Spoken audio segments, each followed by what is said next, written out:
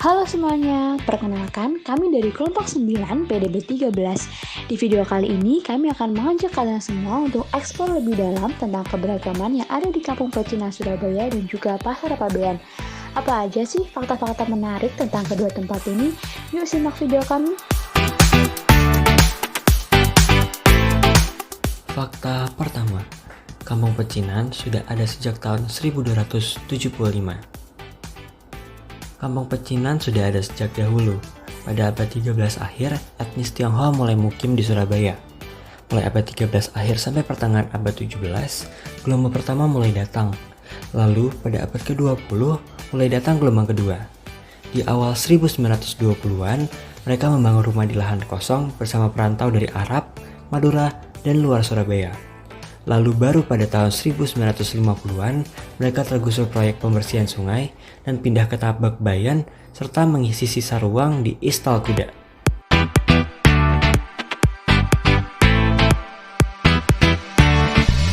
Fakta kedua, Pasar Pabean termasuk pasar tertua dan terbesar di Surabaya.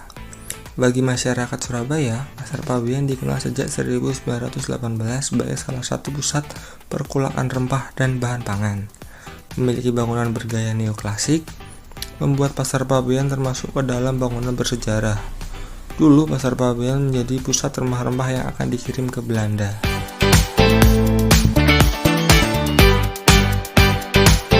Fakta ketiga, ada 3 etnis yang tinggal di Kampung Pecinan.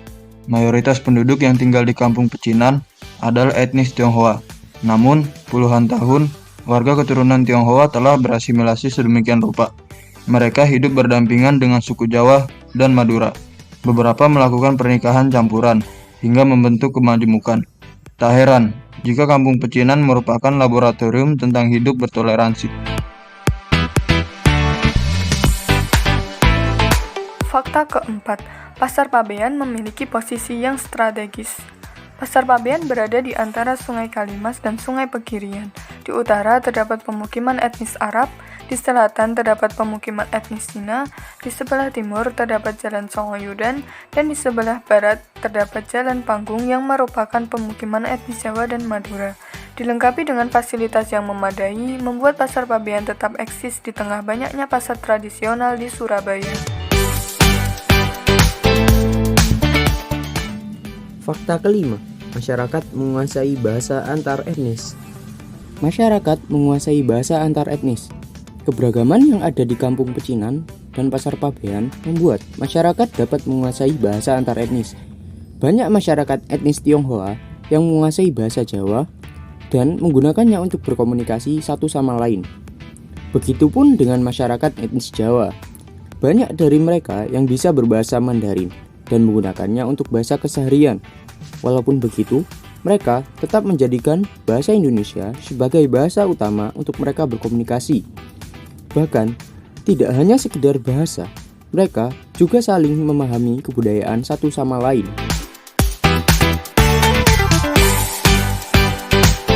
Fakta keenam, kebudayaan Wayang Potehi di Kampung Pecinan.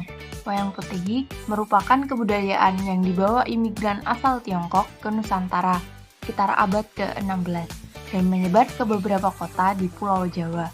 Wayang Potehi biasanya diadakan ketika menyambut perayaan Tahun Baru Imlek.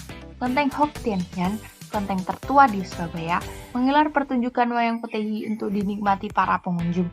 Menariknya, saat ini banyak dalang yang memainkan Wayang Potehi tidak lagi berasal dari etnis Tionghoa, tapi dimainkan oleh masyarakat etnis Jawa.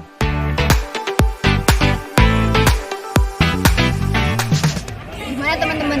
Banyak banget kan fakta-fakta menarik tentang Kampung Pecinan Surabaya dan Pasar Pabean? Nah, kira-kira kalau semisal informasi itu hanya berhenti di kelompok kami, sia-sia nggak sih? Sia-sia dong. Oleh karena itu, kami hadir dengan Naopean. Naopean adalah media sosialisasi berbentuk akun Instagram yang kami pilih untuk menyebarkan informasi tentang Kampung Pecinan dan Pasar Pabean. Nawa adalah bahasa Sanskerta yang berarti 9 karena kami kelompok 9, dan Pean adalah singkatan dari Pecinan dan Pabean. Kami memilih Instagram untuk menjadi media dalam melakukan sosialisasi karena menurut kami Instagram lebih bisa menarik perhatian masyarakat, utamanya Gen Z. Dengan desain yang menarik, kami harap Gen Z khususnya dapat menambah wawasan terkait dengan kebinekaan di Indonesia, utamanya tentang kampung pecinan dan pasar Pabean. Oke teman-teman, jangan lupa follow Nawa PR.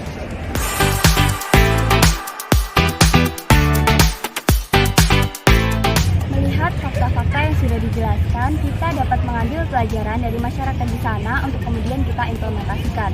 Keberagaman etnis yang ada di kampung pecinan dan pasar Pabean tidak menjadikan mereka terpecah belah.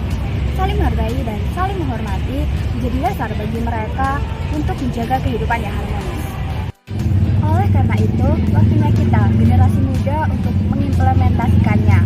Karena tugas besar generasi kita adalah mewariskan toleransi, bukan kekerasan.